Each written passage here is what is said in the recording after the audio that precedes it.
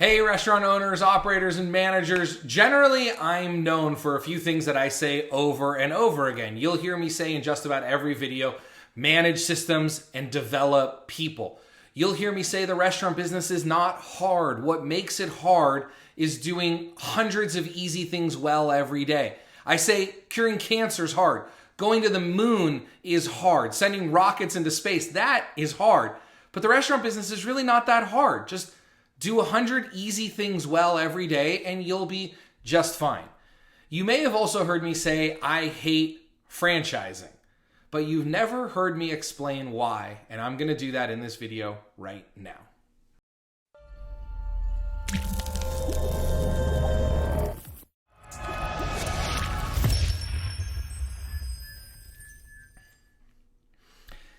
Hey everybody, Ryan Gromfin here, author, speaker, chef, restaurateur, founder of therestaurantboss.com, as well as clickbacon.com and scalemyrestaurant.com. Now, first of all, I don't hate franchising.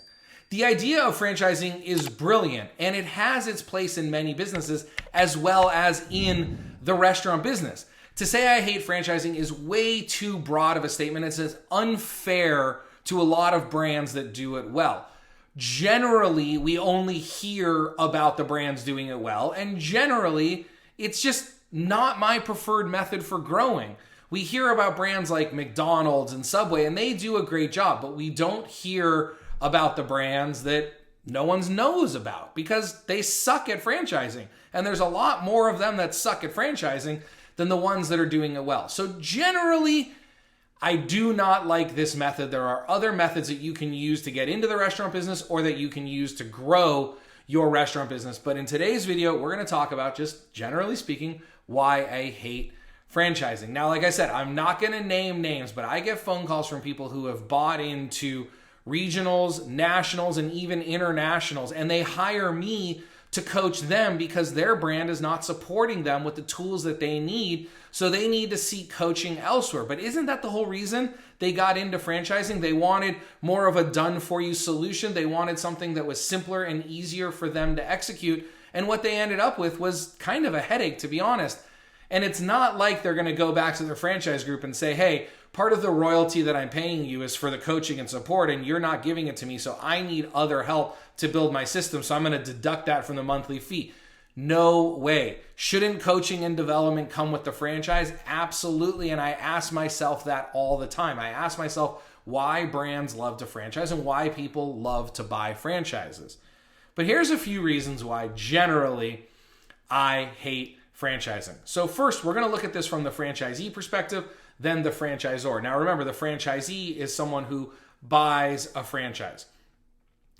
Generally, I hate franchising and from the franchisee perspective because you're stuck with their menu, with their purchasing relationships, with their website, with their logo, with their graphics, with their marketing. You can't really do anything about it. If someone doesn't like an item on your menu, you can't change it. If someone wants something different on your menu, you can't add it. You can't pivot as quickly. You're pretty much stuck with what they got. Now, the second reason is I don't believe that the franchisor has much incentive to make sure that your sales are as high as they should be. Here's what I mean by that. Let's assume that you're paying a 6% royalty, which is pretty standard. Now, sometimes there's marketing fees on top of that, and sometimes there's purchasing fees on top of that, but let's just assume that 6% of your sales are going back to the franchisee.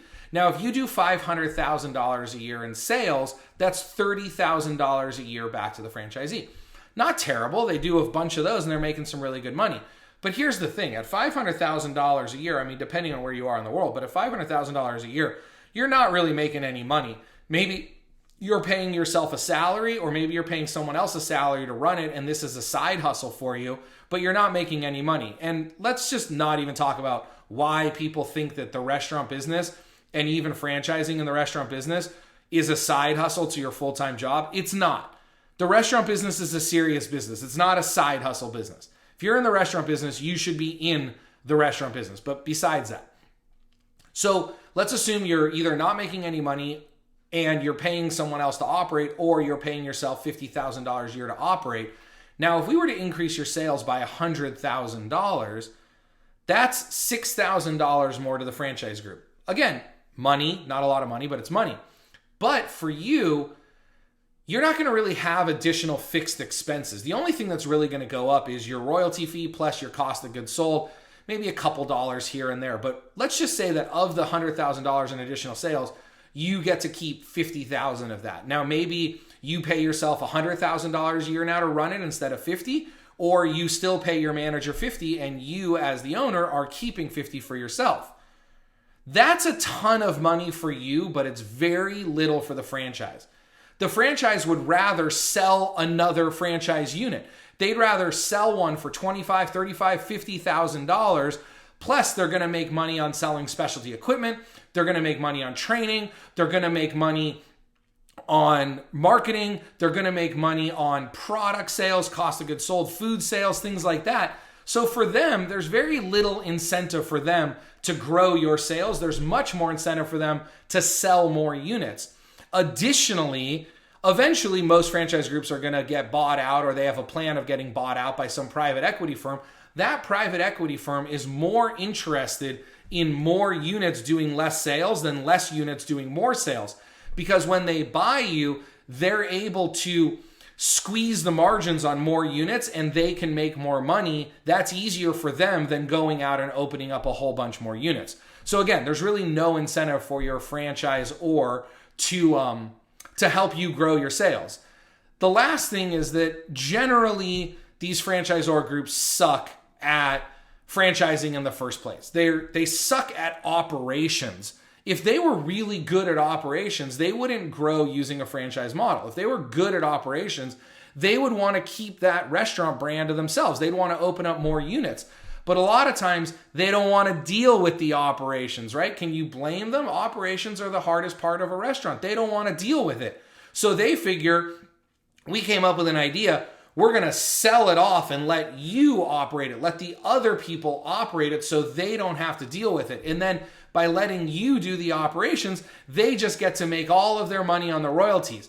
But if they suck at operations and they don't love operations and they don't love building systems and processes and procedures, how are they ever going to build the operations and build the processes to support you?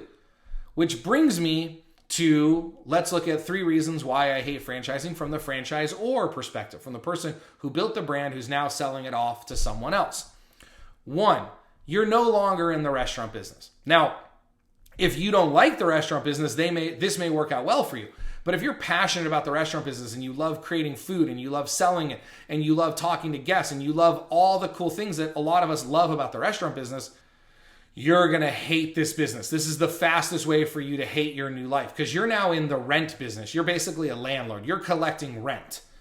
And the reason I say this is the best way for you to hate your new life is because now you're a coach. So number 2 is you now become a coach. Now again, for some of you, you may like that, but for others of you, you don't really want to be a coach. What I mean by a coach is not dealing with fun, helping people grow things. I'm talking about you're going to get a phone call for everything that your franchisees hate about your business. You're going to get a phone call for them blaming you for all of their problems. If their sales are low, it's your fault. Your marketing sucks. That's why. If they're not making enough per item, it's your fault. You're charging them too much for the food, or you're not charging the guest enough, or you're running too many coupons, or you're not running enough coupons, or you're changing the menu too fast, or you're not changing the menu fast enough, or you're not giving them access to new technology, or you're giving them access to too much technology that they don't want to be paying for, or you're asking them to update a store that's 10 years old and is ugly and is outdated and they don't want to spend the money on updating their store, and now they're fighting with you because they're not making any money and you want them to spend $50,000 to update their store, and you know that they're not doing the sales they should because their store is ugly, but they think that it's some other reason, and the list goes on and on. And so if you want to get those phone calls every day, that's awesome. Go into the franchising business. But if you don't want to deal with that every day from 5, 10, 20, 50, 100 other franchisees who are calling to complain to you about their problems and are expecting a solution from you to all of their problems, maybe you should consider something other than franchising. And here's the reality. This is number 3, is you better be good at writing instruction manuals, creating systems, developing processes and procedures, because that's the business you're in. And you have a responsibility to be good at that. Because here's the thing. I have witnessed firsthand people who have bought franchises and gone out of business for no fault of their own. They've bought franchises from franchise groups that absolutely suck at franchising, that are not creating good products, that are not keeping up with technology, that have not developed good systems, that have no proprietary technology, that don't have good marketing, that don't know what they're doing and don't care about their franchisees. And I know people who have spent their life savings, who've quit their jobs, who've borrowed money from friends and family, who've used this as a retirement plan. Just recently, I had a friend who quit his job, borrowed some money, sold a whole bunch of his investments to buy a franchise, and they sucked at supporting him. And a year later, he went out of business, and it wasn't his fault. He did a good job. He did everything right. The franchise sucked. Their recipes were terrible. Their technology was terrible. Their product was terrible. But he thought that they were doing better than they were, and he thought that it would translate to a different market. So he bought the franchise, and unfortunately he was wrong. But you know what? I blame the franchise group. I blame the franchisor for not supporting him and for not putting together good systems and good processes and good procedures and good technology to make sure that his store was a success. And he lost $500,000 and a year of his life because of it. And I just have no respect for people that do that. So if you're seriously considering franchising, please think about this. If you're considering it from buying a franchise, again, if you've done your research and you know what you're getting into, this could be a great model for you. But generally,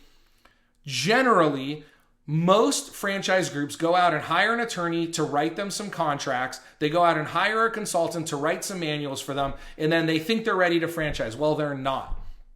And if that's your plan, if you think, oh, I've got some good concept, we're going to go and franchise it, we're going to sell a whole bunch of these units, we're going to get rich, we're going to make a whole lot of money, but you're not willing to put in the work to actually support your franchisees, don't do it. I hope you guys enjoyed this week's video. I hope to bring you many more just like it. I love every single one of you crazy restaurant people, and remember, systems create freedom, freedom creates value, and value creates scale. I'd love to see your comments below. Let me know what you think. I know there's going to be some good comments, either pro my argument or against my argument, but I look forward to reading every single one of them. Have an absolutely amazing day. Bye-bye. Ghost kitchens are changing the restaurant industry forever. They've created the single best opportunity to grow your brand or create a new one than I have ever seen. The recent boom in online ordering and third-party delivery has made this model simpler to take advantage of, but it has also created more competition. In order to succeed, you must follow proven strategies for developing your concept, implementing technology, and nailing your marketing. That is why I created the Ghost Kitchen Bootcamp. So you can go from developing your concept to opening your own ghost kitchen that absolutely crushes it in just 1 week.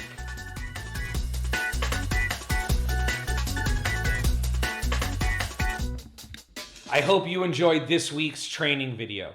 If you haven't subscribed to our channel yet, would you go ahead and smash the like button right up there so you can get notified every week when we release a new free training video. I've also gone ahead and put a couple of videos for you here and here that I think you're going to enjoy. Remember, systems create freedom. Freedom creates value, and value creates scale.